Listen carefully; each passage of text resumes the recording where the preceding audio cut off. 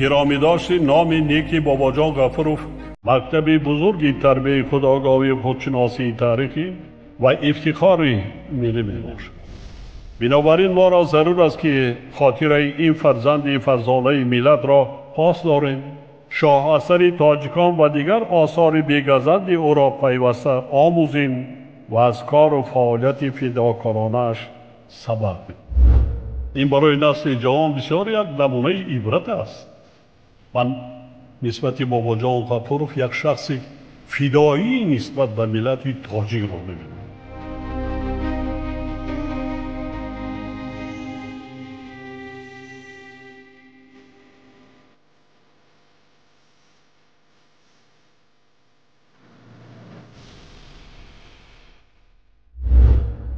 درود شنونده های گرامی، با توجه شما گفتار ادبی از سلسله خوانش بدیعی از روی کتاب تاجیکان اکادمیک بابا جان غفوروف، نشر مختصری علمی عاموی، راوی هنرپیشه خلقی تاجیکستان قربان صابر. آغاز گفتار 52.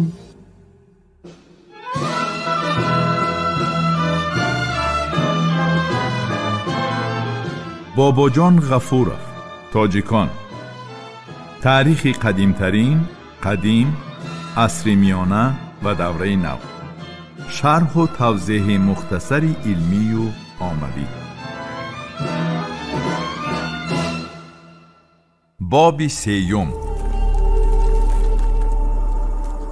خلق تاجیک در عصر 11 ابتدای عصر 13. دولت‌های غزنویان، قره‌خانیان، غوریان و خوارزمشاهیان.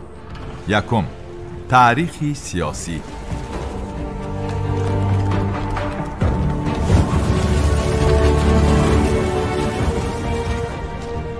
مبارزه بی‌ثمری ابو ابراهیمی منتصر برای از نو برقرار نمودن حاکمیت سامانیان.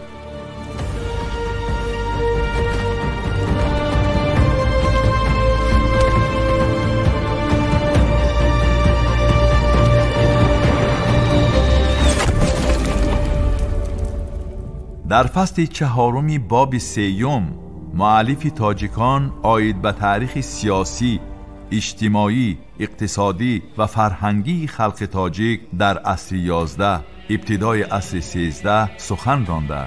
در ابتدا راجع به تاریخ سیاسی آسیای میانه در دوره مذکور معلومات می‌دهد.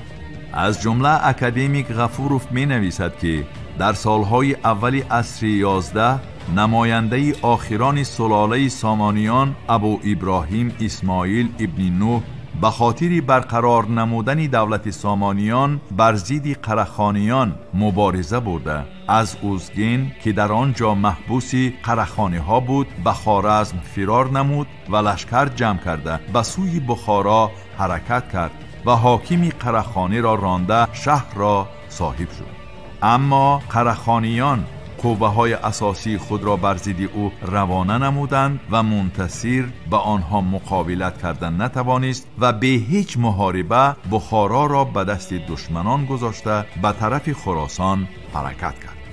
در سال 1003 منتصر به ماوراء نهر برگشته دوباره بر ضد قره‌خانی ها سر برداشت. در اول عملیات منتصر خیلی موفقیتناک دوام نموده لشکر نصر ایلاک خان را تارمار کرده 18 نفر سرلشکران قره‌خانی را اسیر گرفت. در مبارزه من بعده منتصر قوه حربی در بخارا گذاشته نصر را شکست داد.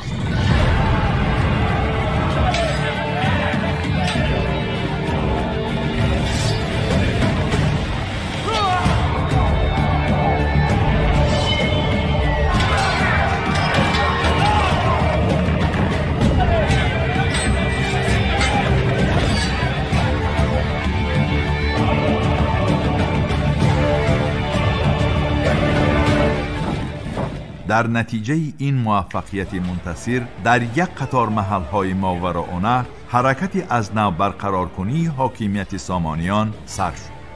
با وجود این موفقیت حربی منتصر موقع خود را در ماوراء نهر مستحکم کردن نتوانست و نهایت در ابتدای سال 1005 به دست یکی از راهبران قبیله های بادیه‌نشین کشته شد.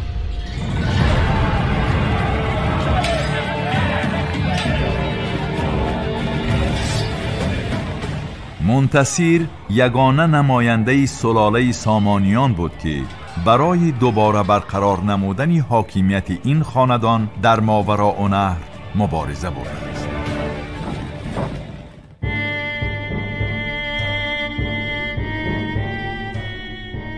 خلق تاجیک در دوره سلطنت غزنویان.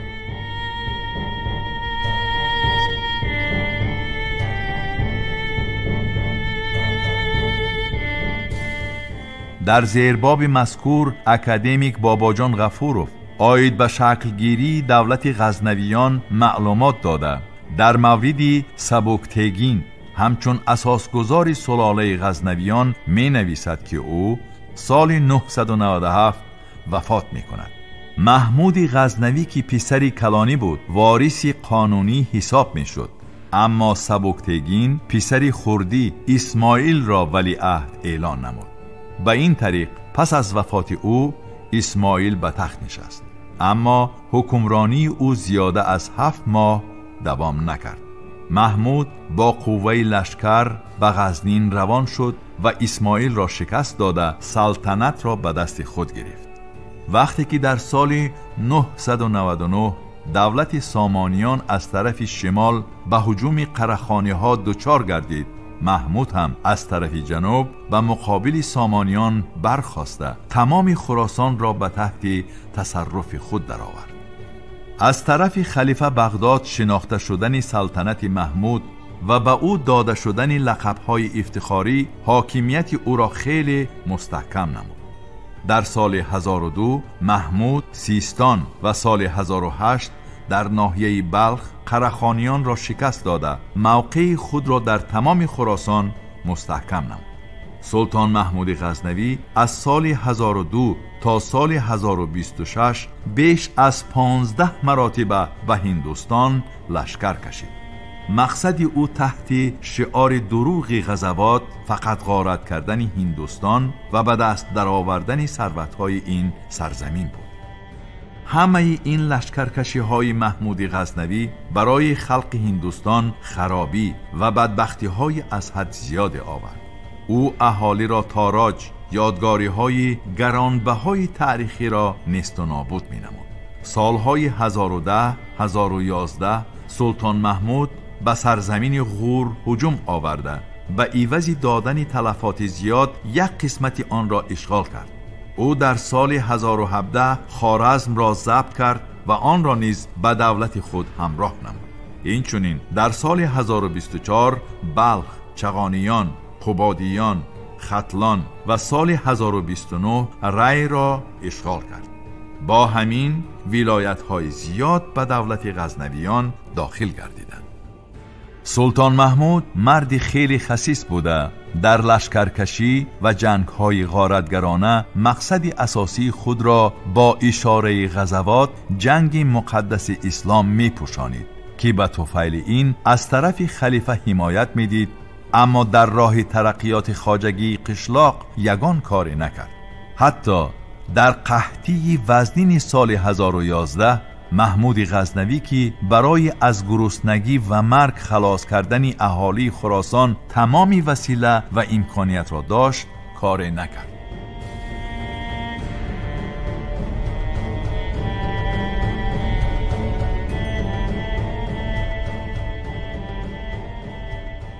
سلجوقی ها و سقوط دولت غزنویان.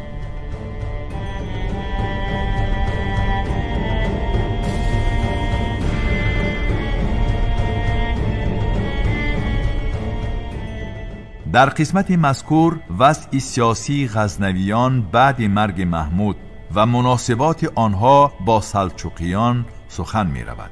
اکادمیک غفوروف می نویسد که یک گروه عملداران عالی مقام دربار غزنوی طبق وصیت سلطان محمود پسر خردی او محمد را به تخت نشاندند، ولی پسر بزرگی وی مسعود از این حال باخبر شده و مقابل محمود سر برداشت. مسعود به چشمان محمد میل کشیده او را با فرزندانش در قلعه حبس کرد و سلطنت را به دست خود گرفت. مسعود نسبت به قره‌خانی ها همان سیاست پدر خود را دوام میداد و کوشش می نمود که همه وقت با آنها مناسبت دوستانه همسایگی داشته باشد. اما در آسیای میانه قوه نو در سیمای سلجوقیان پدید آمد. سلطان محمود در وقتش به یک گروه سلجوقی ها برای مسکن نمودن در شمال خراسان رخصت داده بود. بهاران سال 1040 در نزدیکی دندانکان تاشربات حاضره محاربه حل کننده به وقوع پیوست. در نتیجه این محاربه سلطنت غزنوی ها در خراسان به طور دائمی خاتمه یافت. در برابر تمام شدن حرب و ضرب سردار سلجوقی ها طغرل در میدان جنگ تخت آراسته بر آن نشست و خود را حاکم کل خراسان اعلان نمود.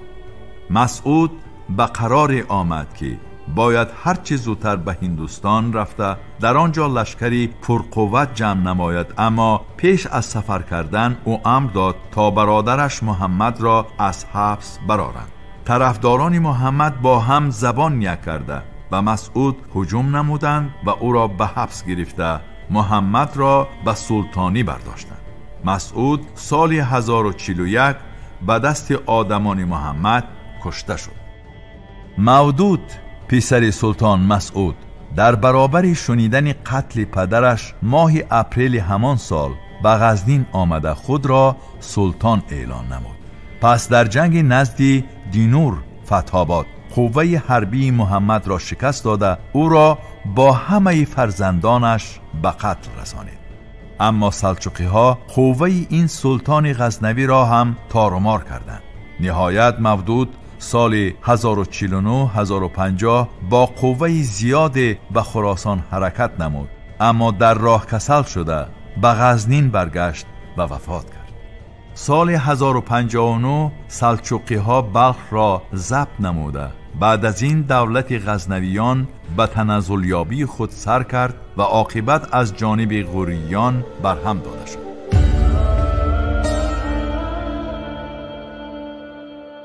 دولت غوری ها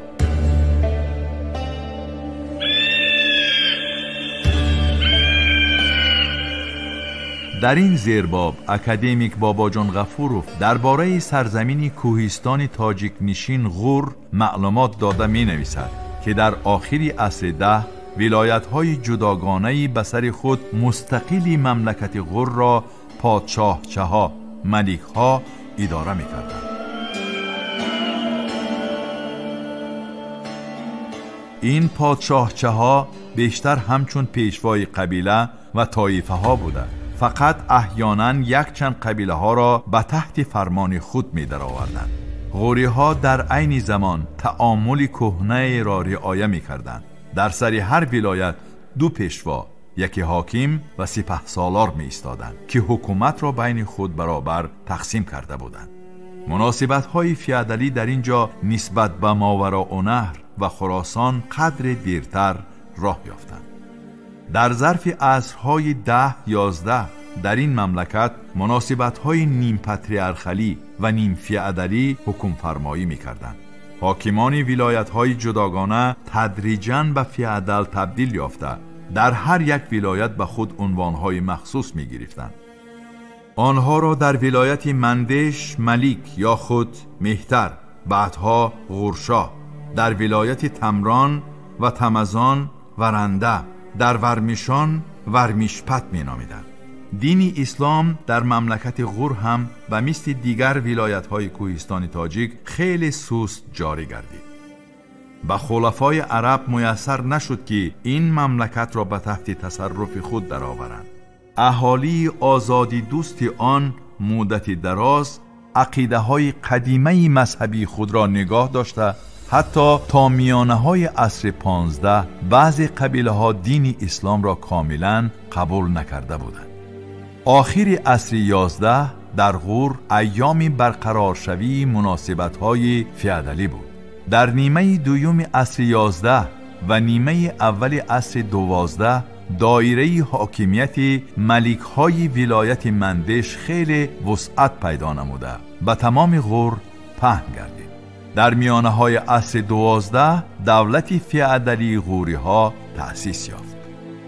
غیاث‌الدین محمد غوری در یکی از جنگ‌ها آخرین خاندان غزنوی حاکم لاهور خسرو ملیک را اسیر کرده به پایتخت دولت غور فیروزکوه فرستاد.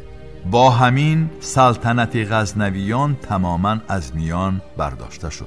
غوری‌ها حاکمیت غزنویان را برهم داده حکمران دولت بزرگی گردیدند که دیری نگذشته حدود آن در نتیجه فتوحات من بعده خیلی وسعت پیدا نمود. مرکز این دولت همانا غور بود. سالهای 1152 1206 درخشانترین دوره تاریخی مملکت غوری ها حساب می شود.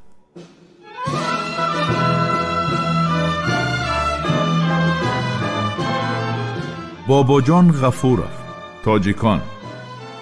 تاریخ قدیمترین، قدیم، عصر میانه و دوره نو. شرح و توضیح مختصری علمی و عملی.